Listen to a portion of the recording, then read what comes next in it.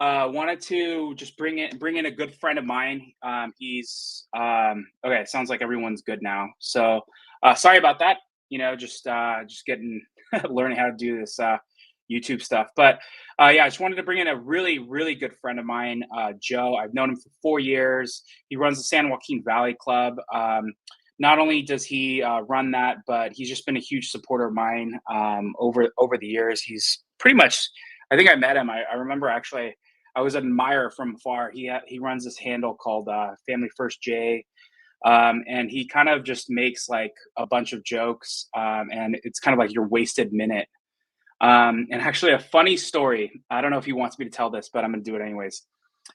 He was a member, I think, and he had joined up, and this is before he had started his own club. We had just started running one, and it was hilarious because we created the schedule for deliveries. We created a schedule for deliveries for Tesla owners to help, at the end of the quarter and to volunteer their time to help educate new owners. And he had actually gone in, I don't think he knew it. He deleted everyone's name, all the time slots. And so we looked at the edit, and I was like, who would do that? And then I realized it was Joe. And at the time, I didn't really know, so I became really skeptical for like a little bit. But obviously, he ended up proving himself. Again, that's Joe for you. He's just he's a great guy, family guy, and a little bit more about him. Here, let's see. Where is the okay? So a little bit more about him. He's had an incredible story and journey, one that really just talks about American hardships and overcoming adversity. Also, if you just see him today, he's a man that just spreads positivity wherever he goes. Whether you're down or up, he's there to support you no matter what. And I think that's probably the biggest thing that sticks out about him. And for him, his story is one of really just coming from literally from nothing to now leading one of the biggest clubs in all of North America. He went from being homeless to now obviously being the president of one of the clubs in California. And Joe, he doesn't use the victim mentality as a reason for why he is the way he is, but instead he's a guy that steps up to the plate, and really just takes things as they come. Right. So we're gonna add him in. All right, here, you there? What's up? Yo, what's up? That So that's one hell of an intro there, man. yeah, of course, man. Thank you. Thanks for taking the time. Your story is truly inspiring to me, and I'm really excited to really kick things off this year. Really kick things off this year and share such an epic story, and hopefully, it can give some inspiration to maybe some people that are going through some hardships, or have some winter, or whatever you want to call it, Game of Thrones, just like winter coming, and just share your story, Like and then like the hopefully Tesla investors, you mean? Oh, is we're that gonna too have soon? to Is that that could too have been soon? too soon. No, but we're gonna have to do a plug on your awesome merchandise you just put out. So Joe, let's just get into it, man. Let's just talk a little bit about your upbringing, and more importantly, like how did you get to eventually learning about Tesla? Like, so let's just talk a little bit about your story, how you got Sure, to Tesla, and obviously we can go as deep as you want. sure. Yeah. Well, as far as being interested in Tesla, it was like I think there was like a George Clooney or there was George Clooney and Leonardo DiCaprio had also done interviews about like the original Roadster, right? So it was like this huge big old thing back in like uh 2008, 2007 or whatever. I think it was like on it was like a CNN or whatever, MSNBC or whatever.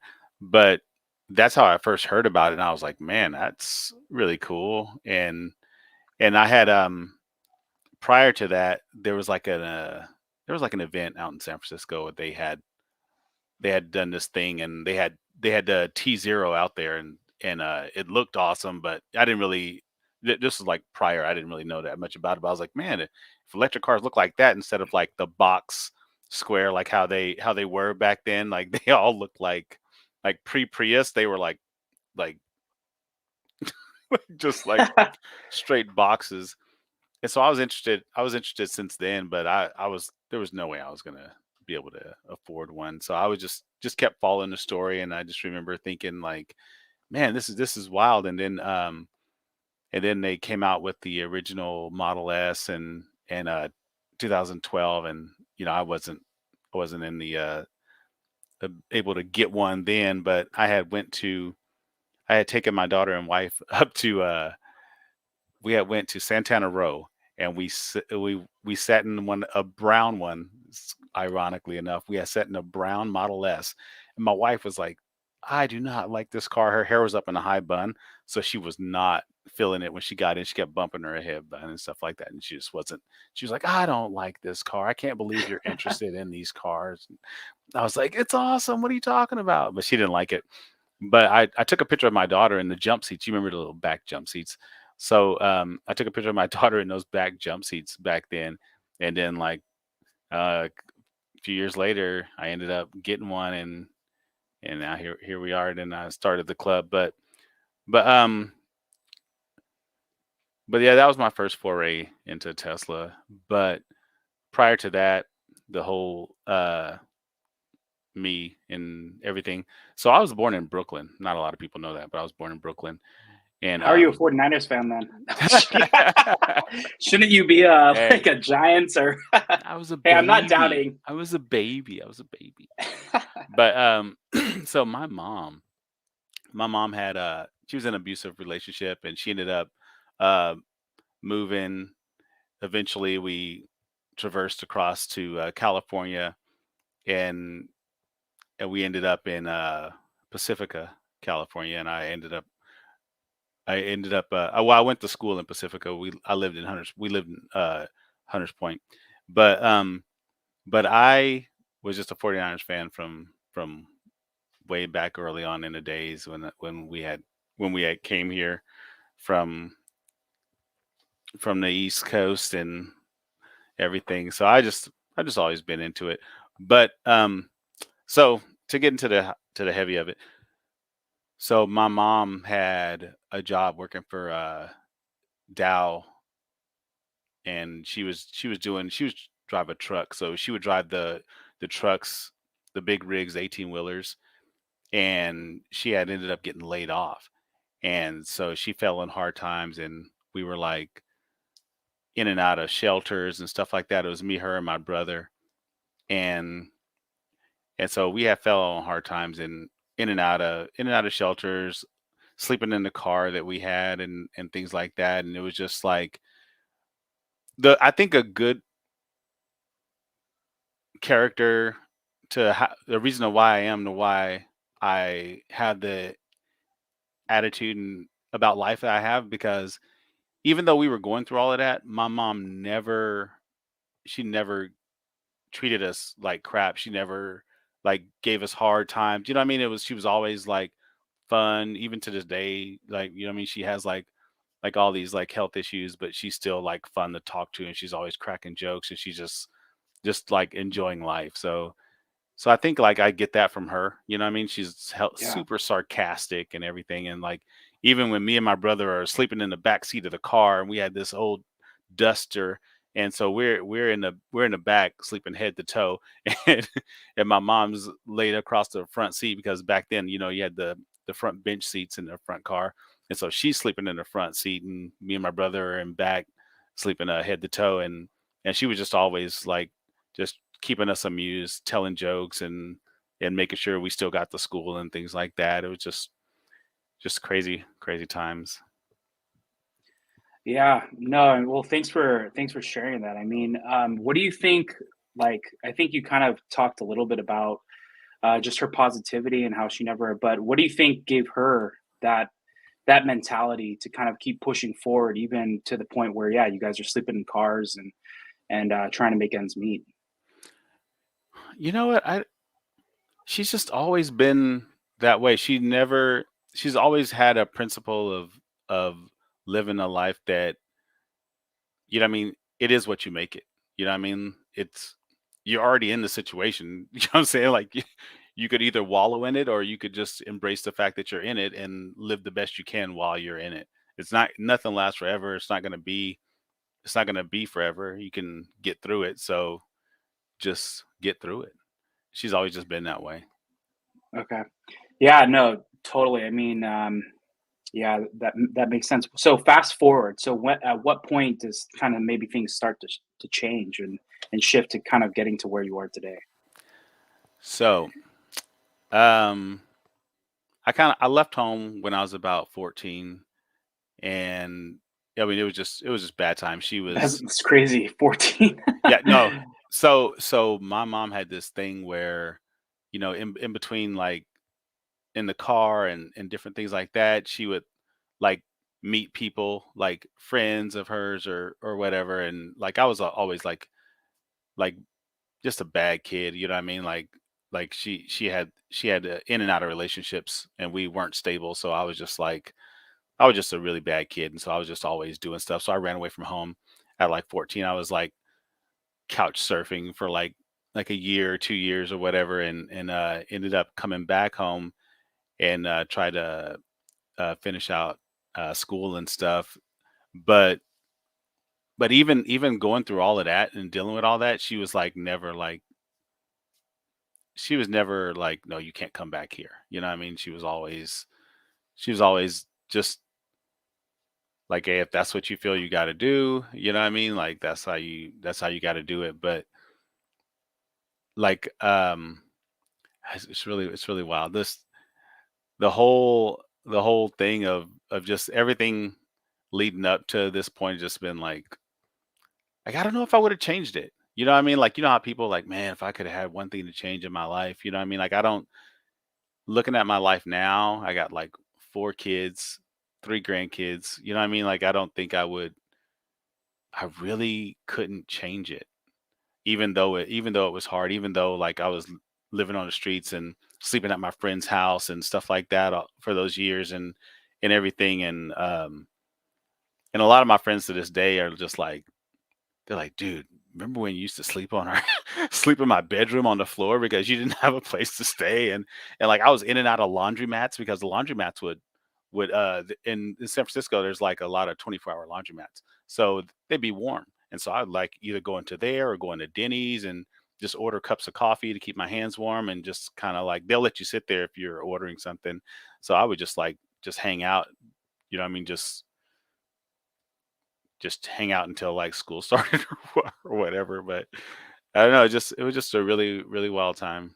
But I mean the 90s, right? 80s. Y- Yeah, no, I mean, and unfortunately, I wish I could say San Francisco got better, but no, I think you're it's only gotten worse. But I think no, your story is inspirational, man. I think it's one of those things where even my kids, my wife, she went through not necessarily everything completely similar, but where she was one of 8 kids with a single African American mom, and no one would rent a house to them in San Diego County. And so, like, just all the life lessons she gained from that and who she is today, it's crazy to just see like all of those things like make you who you are today, and not only that much better, but the ability to get through the really, really difficult and hard times. Right. Like for example, like we have 4 kids, and that's not something you can teach them necessarily, right? It's something that they're going Right. to have to go through on themselves. And also too, it's like, probably, with yourself with 4 kids as well, it's like one of those things you don't want them to go through, and you're doing what you can to make sure food's on the table, and you're pushing forward, right? Right. So but what would you say, like, I think at some point, when did you get a sense of like stability? So after this is so crazy. So after the earthquake in '89, I'm so old. So after the earthquake in '89, I had met this girl and we were dating for a while, and she ended up getting pregnant. I was like 19 at the time, and I was like, okay, like I can't keep running the streets. I can't keep, what I mean, doing a dirty life and living this way. So that kind of that kind of started like my trajectory on how to be better. But I mean, still, I was always just drawn back to the streets. Like, I mean, even though I was trying to do better for my kid and everything at 19, you're young, you know what I mean? Like you make mistakes. So I was just trying to do better, but and work and just get stable. And it was really rough. But one of the things I did do in my early 20s, I ended up getting this job where we ended up having to travel. I did it for like 2 years, and I was away from home for a while, right? But but that taught me like saving, like how to keep your money, because they even though we were selling like a cleaner door to door, and so we would travel like the whole Western United States, and we would go door to door, and they would put us in vans and drive us around, and we'd stop and sell the cleaner and stay in hotels or whatever. But they would give you a per diem, and everything you saved, they would tell you like, okay, well, you need to manage your funds. And that was like, I mean, I was like in my early 20s, and that was to me was the beginning of how I could manage money better than some of the people I grew up with. You know what I mean? Like a lot of those guys, like, I mean, when you grow up like in the hood, it's about like your clothes and it's about like your shoes and things like that. So for minorities, we tend to like spend money as soon as we get it. Like, oh shoot, I got $100. That means I can get these Jordans. You know what I mean? They're 90, 97. You know what I'm saying? So then we end up with $3 in our pocket, and we ain't got much. But but by being able to do that for like a couple of years and traveling around and having no choice but to save money, because I couldn't spend anything and I couldn't go shopping because we were always selling in the hotel and things like that for this door to door cleaner. Like that was how I realized that when I went back to the hood after doing that for a couple of years and going back home, like I was like, okay, like yeah, I'm different now. Like, what I mean? Like it was just, to me it was my first foray, like I said, into saving and realizing that you don't have to spend your money right away. And I was just always like really good with money until I wasn't. You know what I mean? But for those early times, I would just like work on saving, meeting people, networking, because I did the door to door thing, I was always like really personable, and I was able to meet people. So I get back from doing that for a couple of years. And I'm still in my 20s.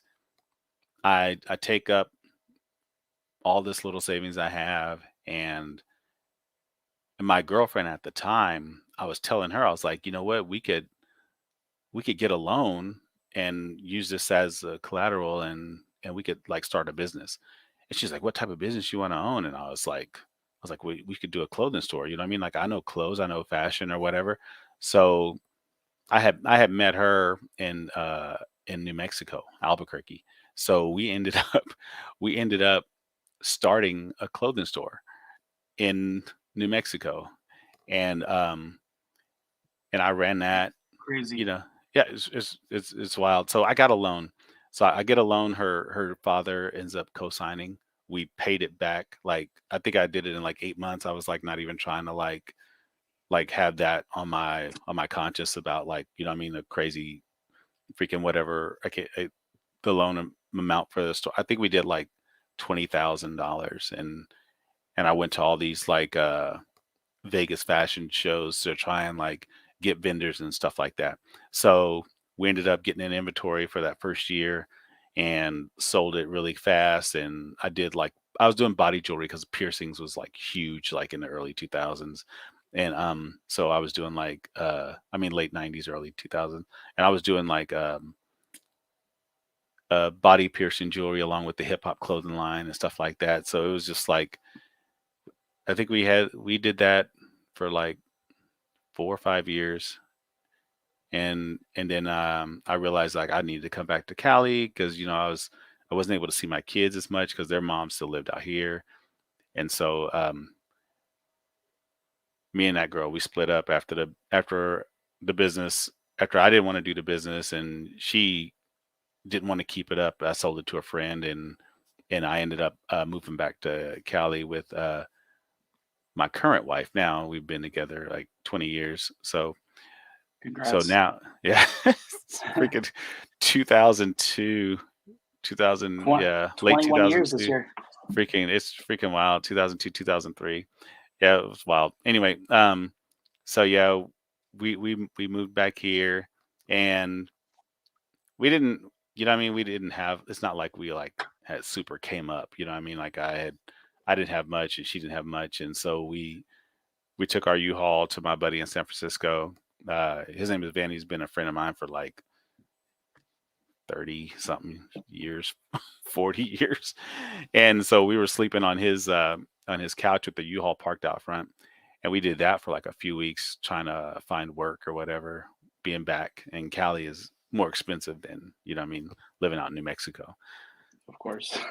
So so we do that, and then we ended up moving to Hayward, lived in Hayward for a while. The craziest thing about how like I got the house that we're in now. So our neighbor lived in the apartment next to us, and one day she was just like leaving, and I was like, "You're moving?" And she goes, "Yeah, you know, I got this I got on this program, this first time home buyers program, and I was able to get a house." And I was like, "What?" Like it was like hell, she had lived with us next to us for years, you know what I mean? So it was Yeah, like yeah. I was like, "What? You're just like leaving?" And she was like, "Yeah, you know, here's a realtor." And she gave me his number and stuff. And so I talked to him. And at first I was like, this is like a scam. Like like I didn't know nothing about like the first time home buyers program or nothing like that. And so he had talked to us about it. And me and my wife sat there and talked with him for a while. And then we were like, yeah, we should do it. We should just do it. And now we've lived here like 7 years this year. Wow, that's crazy. It's crazy. So you've been in kind of like Central Cal for about 7 years now. Yeah. Okay. Well, what would you say, like, so it sounds like you've kind of worn so many different hats from, just door to door to obviously doing like fashion. And I Oh think you man. also had like, sorry, like, how did you just navigate through it all? I mean, did you have like, what's there specific mentors in your life, or there wasn't really anyone to look up to, like, how did you kind of just navigate through all of the dark times? I think for me it was just I'm a little bit of a different person, I think, because of how hard we had to grow up, you know what I mean? Like even before uh we had to live in a car, you know what I mean? Like and my mom had that truck driving job, you know, we were in a trailer park, you know what I mean? Like we weren't like living like some great life, you know what I mean? So I've just always I just always just taught myself. It's really wild. Like even like after we got back here and I started doing I worked at Sears Portrait Studio, then I realized like I can do photography like on my own and then navigated that into like doing cinematography for like a lot of short films and movies and stuff like that that we had worked on. But I taught myself the editing. I taught myself Photoshop. I've just always been like I like in my head. This is not advice for any for anybody, but in my head, I was just always like, you know what? Yeah, that's um. I was just always like, you know what? If I was going to go to college, you know, I would be reading a book. I would be learning. I would, you know what I mean? Like, so I could just apply myself, even though I'm not in college right now. I could still apply myself to learn something new and do it. And all the photography and Photoshop and stuff like that just came from there, and all the little projects and things we worked on. Pretty crazy. Well, do you see? Here's a couple of your photos. I don't know if you want to. Do you see this? Yes, I see it. It's So, talk about this one. so she's actually, or It's pretty wild. So when I worked at Sears Portrait Studio, I had actually taken her and another her husband at the time their pregnancy photos at Sears Portrait Studio. So her name is Roshni. So I had taken her pregnancy photos, and this is like years later. She ended up uh getting out of that relationship, and she getting married to somebody else. And she was like, you were always so good at taking my kids' pictures through the holidays and everything like that. Would you like to come shoot our wedding? And I was like, yeah, sure. so so that was and that was, oh man, that's that's been a lot of years now. She's a good person though. She's the I posted some she has these angel rays thing where she made these trays and some coasters and stuff we're going to be giving away at our 3-year anniversary for the club that I got Oh, awesome. I bought from her. So we're going to be giving those away. She's pretty talented. That's another. Yeah, so that's a photography idea. He wanted headshots. He's an actor, and we had worked on a few projects. One of his movies. Oh, you can't even see it from here. You can't W- see it. It's, Uh, it's up. okay. It's up there. But it's one of the ones up there. But yeah, I did his headshots. Pretty cool. And then here's just a couple. I think we can. You and the Well, that's missus. that's the lady I married. Uh, Awesome. Where are you guys at in this photo? This is actually not Discovery Bay, but it's out here. This was just like last year. No, earlier this year we went and took my daughter out to the water because she wanted to go. Oh, it might have been actually Discovery Bay. Yep.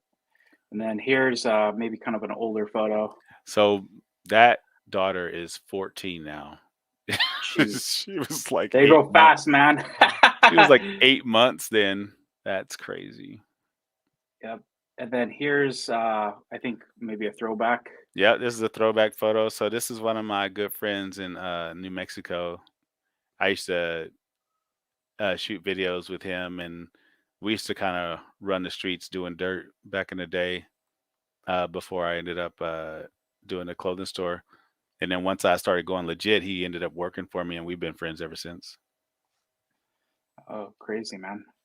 Well, those were the main photos that I had. Here, let me just do this. But yeah, man, I mean, I think what would you say to others out there that are maybe not necessarily struggling with the same thing you are, or maybe they are, but what would you tell them? Like, what were some of the things that you would maybe change or do differently, or words of encouragement? It's really cliche, but the thing I always take into heart is that it could always be worse. It really could. Like no matter what, even when I was sleeping on couches and staying up at the laundromats and up in Denny's and stuff like that, my body works, my legs work. You know what I mean? Like I could still, yeah. I mean, there's people in wheelchairs and there's people who can't walk, and you know what I mean. So I just realized it could always be worse. Yeah, I didn't have a place to stay, and yeah, I wasn't making like crazy money or whatever, and I couldn't buy the fancy shoes and all that, but I was able bodied, and I was, you know what I mean, and I was still able to get around and do things. And so that's what I always it could always be worse. And I know, like I said, it's cliche to say, but when you're in those dark spaces that some people will enter, it's like I tell people, like when like I get people who call me up, and you know what I mean, like even like some of my employees who are like going through hard times, I talk to them the same way, and I just tell them like, hey, you know what, you have a job, you know what I mean, I'm not firing you, you're not being let go. Yeah, I get it. You couldn't get to work, your car's broke down, you know what I mean, like, you're not going to lose your job. I've been where you are. I know the struggle, but it could always be worse. You at least have a job, you got people who are looking out for you, you know what I mean, like. And I think like whenever I tell people that, like I said, it sounds cliche, but in those moments when you're hearing it from somebody who's been there and gone through that and walked that path that you're currently walking, like it's different. It hits different, you know. Yeah. No, I think it's important, just to always know that, yeah, things could get worse, but also too, I think one thing that's been clear by just your story is always staying hungry. I don't know if that's the right word, but just, moving forward, it sounds like you've again worn, a bunch of different hats, done a bunch of different things, and so it's always important to just stay hungry. So yeah, let's tell us a little bit about your club and how you guys started, and more importantly, like what are you guys up to now? Oh, this club. Oh, yeah, sure. Which club? You can see Joe's handle there, SJV Tesla. So give him a follow. But yeah, tell us a little bit about like. So obviously, it sounds like man, you're even earlier than I was. T0 days, geez. Yeah, you know what? But It was just there in San Francisco. They were just showing it off that and I think it was like Eberhard or whatever. They were talking about how you they wanted to make a car that didn't look like it could still look like a sports car. That was like the whole thing. It didn't have to look like a box. And so yeah, that was pretty wild. But I think it was your club, but I had actually gone to Eli's club first. Like Eli Burton, of I mean course. he's out here, he had some adventures of Tesla adventures going on, and I was like, man, I want to do that. We should do that. And but I had the only reason I had met him was because I had actually gone to UC Davis to see the guy who I was watching YouTube videos of, and that's E4 Electric Alex. So I was always watching his videos, and UC Davis had something, and I was like, I'm gonna go. And they had hit me up being like, hey, would you like to bring your car? And I was like, yeah, I'll bring my car. And then I had met him, and he was like talking to me and stuff, and we became really good friends. And he had told me about Eli's club. He's like, "Well, you're in Stockton. You should be a part of Eli's club." And so I was like, "Yeah, I'll join Eli's club." And then Eli had done something with you and at some event, whatever you were at of Eli's, and then that's how we met.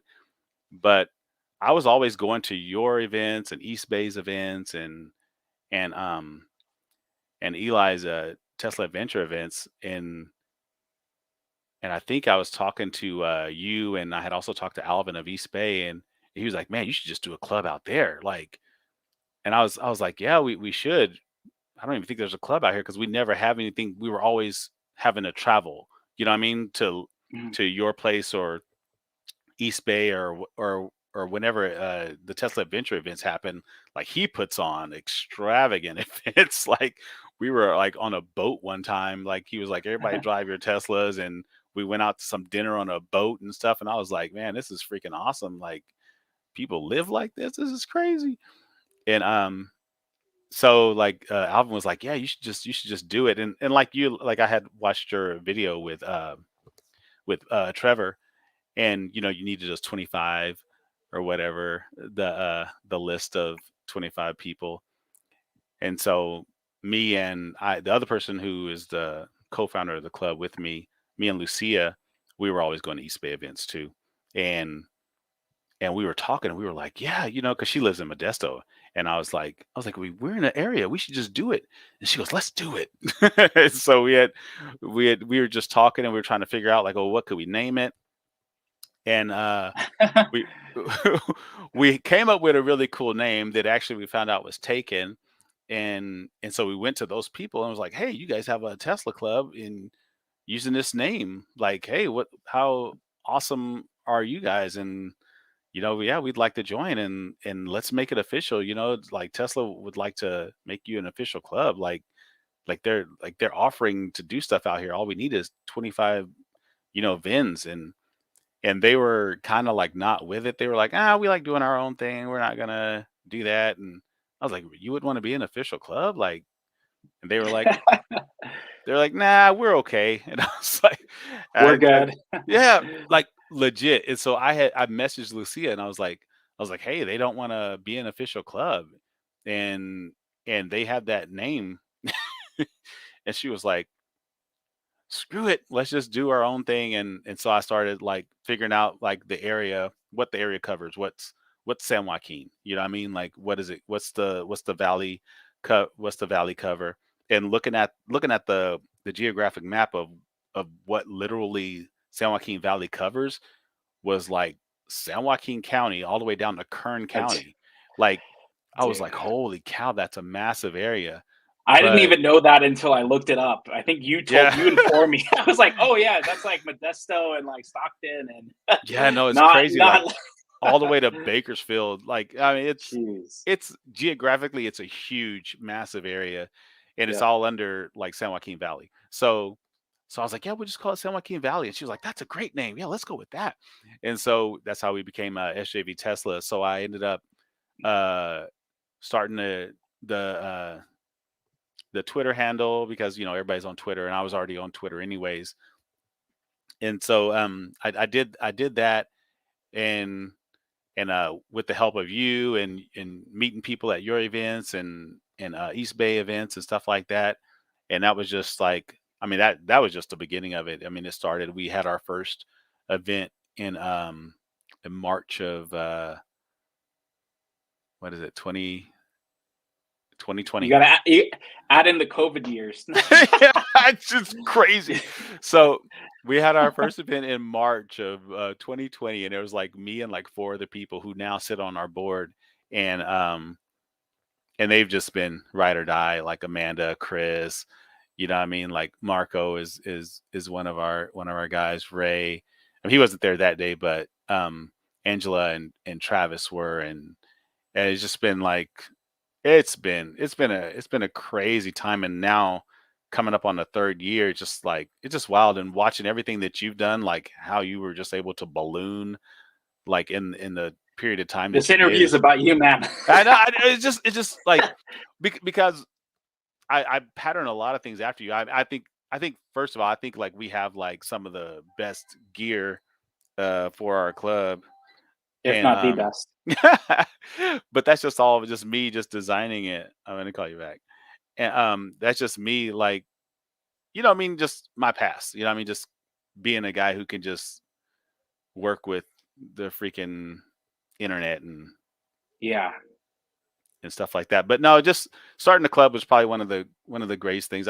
People say it all the time. You meet people in this community, and yeah, not everybody's rich. I mean, not everybody's like gonna put their nose up at you, but I mean there are some really good people, and people like really look after each other, and I think like that kind of gets lost. I know a lot of the drama with Elon and I think customer service or whatever, but I think that's where clubs like us, like that's where we step in. We're able to help members, and we become now like that de facto like PR. You know what I mean? Like where we do what Tesla can't do now that they've gotten so big.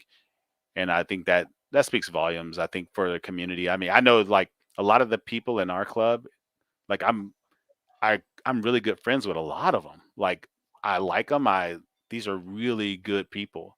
And so I think that's just it's just a really good community. Really, really great. Yeah, I think that's one of the special things about the club. I've kind of always said that is the club program that Tesla has, being an official affiliate is like kind of the purest way. It's really just the purest way for you to be involved in the community, especially if your club is doing awesome things. Unfortunately, not every club is doing some of the stuff that some other clubs are doing, but Right. you can really meet some awesome people, like, and I think that's the great thing about the community. Obviously the community is growing astronomically. I Yeah. think especially even with this last quarter, I think they've made 3.65 million cars now, and so the community is going to change and has changed. But that's the great thing about the clubs is that they can really make a positive impact on the community. You came to our toy drive, you even had one. There were some others that were hosted in the Bay Area as well, and so there's just a lot of really cool things that you can do, and cool people. And Yeah. it's not like everyone is just like a Tesla influencer that are just the cool people. It's just like people that are running the clubs, people that are doing the day in and day out stuff. I think even that's something that's like unique for us. Like I'm not a social media influencer, like running my own channel that's literally building views and stuff like that. Like we But started you out as a but club. you are a social media influencer. Stop it, bro. Stop it. But that's what makes us unique is that we are a voice in the community, but also too, yeah, we have the presence of a social media influencer in Right. that regard. Um, but yeah, no, I think so I just wanted to say thank you for sharing your story. It's been an inspiration to me to one know you and um, not to get in the weeds here, but like for me, like even as our club has grown, I would say the amount of supporters and actual real friends has like gotten smaller and smaller. And you've been one of the people that has been there kind of like through the thick and the thin. And so, I'm appreciative of what your club's doing locally in your area, really all the way from freaking Modesto down to Bakersfield and even as a friend. And so, but yeah, I thought we could maybe spend, maybe a couple, like the next 10 minutes just talking about, maybe the quarterly deliveries, and It's some of the wild, stuff right? that we Poor yeah, poor Tesla. I don't know how this company's gonna make it. They made 1.3 million vehicles. It's trash. Like they're just not. I mean, that's just wow. Yeah, it was. We had a good run though. You know what I mean? We had a good run. Too bad. yeah. It's too bad. No, I think, it's interesting. I mean, I think, that, they definitely they missed the street expectations or whatever you wanna call. Right. But, like, at the end of the day, this company is operating more efficiently than it's ever run. I think their production numbers were, they're growing 47% year over year, whereas deliveries are Right. 40%. And Martin said this morning that the reason why they're trying to grow even higher, their production higher than deliveries is because it'll help out the following quarter, right? Because a Right. lot of times, like what we saw in Fremont, I went to Fremont on New Year's Eve, and I they saw they that just video. yeah, there was just like they had like 10 rows just of like probably each row, I don't know, 200 cars, something like that, just Q1's lined gonna up, be and insane because all those yeah, cars couldn't get delivered. yep, They're gonna and get so delivered in Q1. It's gonna be freaking nuts. yeah, and so, but I think this company is operating at the best that it's ever operated. Right. And not only is it operating like more efficiently than ever, the fundamentals to weather a recession. Because I think back in 2018, when we were like when I was even starting this club, they were literally weeks from bankruptcy. They weren't sitting on $21 billion of cash like they are Right. now at the end of Q3. And so now, as we head into this recession, in my opinion, the big things that are going to be accomplished are going to be that next year or this year is about. It's weird to say that. This year is going to be the year of the Cybertruck. It's Right. going to be the year of the semi ramp as well, along with FSD beta, and then two gigafactories being announced, and continuing to scale.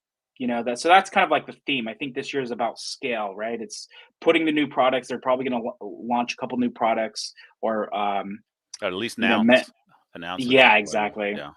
So I think that's what makes me bullish. I'm excited about this upcoming year. Again, we're in a recession, so the fact that I mean, they missed the number by 13,000 vehicles. I think was the Right. expectation was 418 versus they delivered 405. So it's just one of those things. They grew still at 40%, Like who year else over is year, growing which 40%? I think even Volkswagen, what? No, Toyota dropped 33%. You know what I mean? Like yeah, even I mean it's just like insane that people they hold Tesla to these standards. Like I mean, yeah, they guide it for it, and I mean that was them, but I mean they've been sandbagging for so long, and all of this is while everybody else is able to get these discounts and benefits that Tesla hasn't been privy to for years. You know what I mean? Like, and I think a lot of that gets lost on people. Not only the fact that we're in a recession, I think people just gloss over that, even though everybody else is lowering their guidance and all these problems. And who is growing 40% year over year? Nobody. you Nobody's growing 40% year over year. Like, I mean, yeah. Let alone down 70% on the stock, and then yeah, growing at 40%. I mean, a lot of the companies in tech that are down, it's because their growth has slowed down, and yeah, that's the kind of opposite truth for for Tesla, but we'll see where they guide, especially with these Q1 results, especially given, I mean, we don't know what 2023 is going to look like with all of these macroeconomic headwinds. But either way, I think this quarter has shown that the team is operating efficiently. That Right. Elon isn't distracted. I don't like. It's like, what else could he have done? I don't think even if he was at the factory helping make deliveries, that's not going to Right. speed things up. People are going to want to take selfies and slow things down. That's what happened in 2019 when he came. Yeah. Everybody just gathered. Everybody just went to him instead of getting their Yeah. vehicles.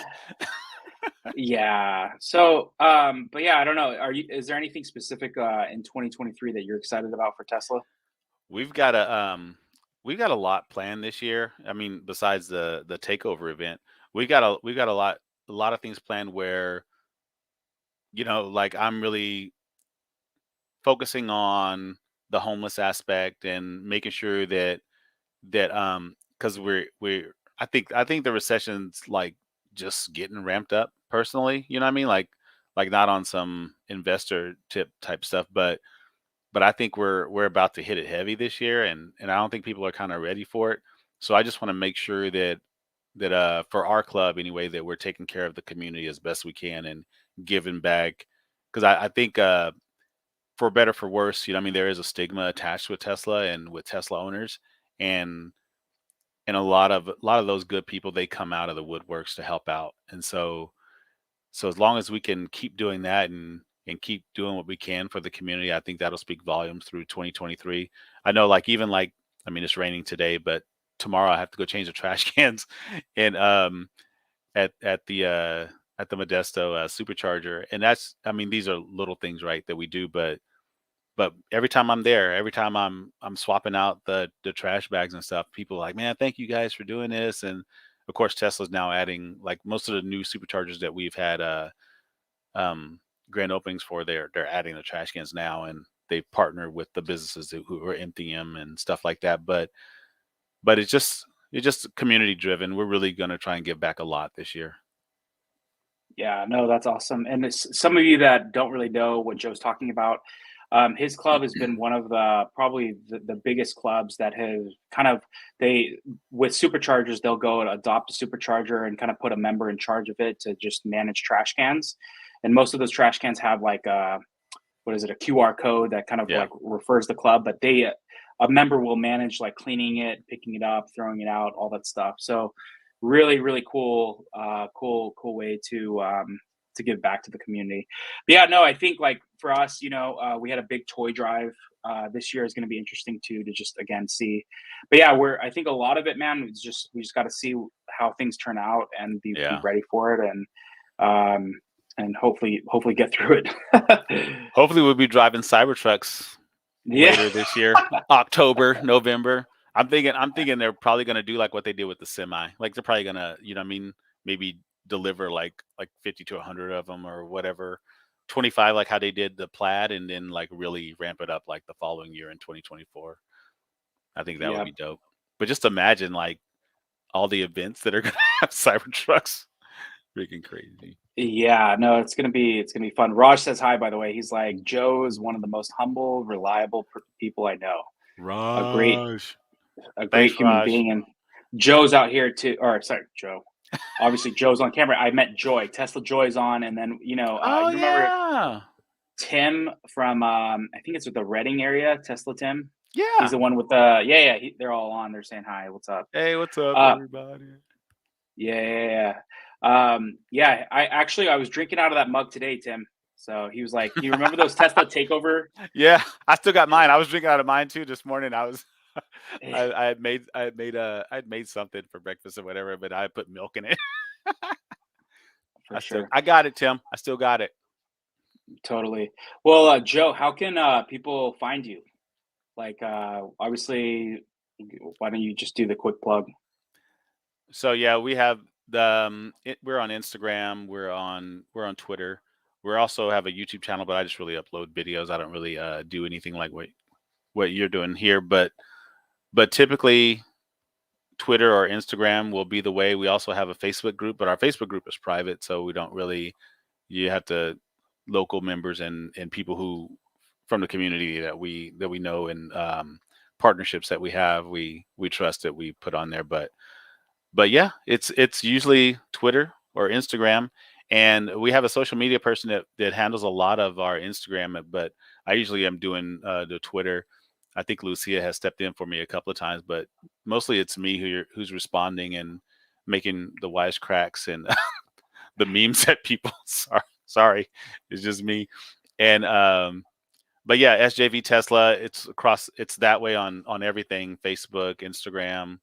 Uh, it's just SJV Tesla, and our website is there if people want to. We also have a Patreon. That's the same thing. Patreon / SJV Tesla. So Patreon has been something I'm really going to start plugging really heavy this year, because I haven't really been. We started it, and I just thought, okay, that's something we can do for people, but this year we're really going to try and like give exclusive things to the members and stuff. Like I made a comic book. Um, I only got like 8 minutes. But I designed this comic book, and with the help of my friend Tim, who I came up with the story and everything, and he's a great writer, and so we worked on this great story, and we want to expand it. And it's about the Mars. It's about what would happen in 300 to 400 years from now if and when Elon does inhabit Mars. And it's just based on like how that would affect those people. You know what I mean? How that community would be like 400 years into the future. Like I imagine that the atmosphere and the gravity would kind of affect them a little bit over the time, and they would adjust and end up getting powers. And that's how we designed the comic book, around people who are just coming into these powers like in a few hundred years, and finding themselves out and stuff. And there's also a community of people who don't want to expose that. And so that's pretty cool. But I'm gonna be really plugging a lot of the things that we're doing. A lot of the proceeds are going towards homeless and stuff for a lot of the communities from here to Bakersfield. So we're going to be doing a lot. Totally. But yeah, most people maybe don't know, most our clubs are nonprofits, and they really have to head in that direction if you want to be a partner to Yeah. Tesla. But no, man, thanks again for joining. Thanks for your time. Your story is truly inspirational, and it's been such a pleasure to get to know you for the next 4 years. Looking forward to many more years hanging out with you, man. Thank you. Good. You too, man. Something. Yeah. You told that story about about I me still deleting remember that. that. I still remember People that. don't know, man. Hey, John can get angry. He was so upset. Like, he didn't curse me out or anything, but he was just like, "What's your game?" You remember how you really thought I was like up to something? You I were was like, like, "Dude, what are why you would doing?" you do that? We're just volunteering our time. Like, why Oh would my you gosh. delete the volunteer list? That was But just yeah, how. no, Oh my gosh, so ridiculous. I thought I was like hiding the names. It was so stupid. But yeah, but no, thank you for having me, man. It's great. Your community is great. The way you run your club, I think is I don't know, it helps me become better at what we do for our club, is watching the way you manage the business. And so I've just been really really good to have you as a friend, and yeah, of course, throughout the years it's been awesome. totally. Sounds good. I'm gonna piece you out, and then I'm just gonna say I'm a going to couple more piece you words. out. All right. All right. Thanks again, Joe. All right, Joe. I just you're a friend for life, man. I just truly am appreciative of you as a friend, of your club. You guys are doing some amazing things in the San Joaquin Valley area. Truly appreciate you sharing your story. And this is what it's about.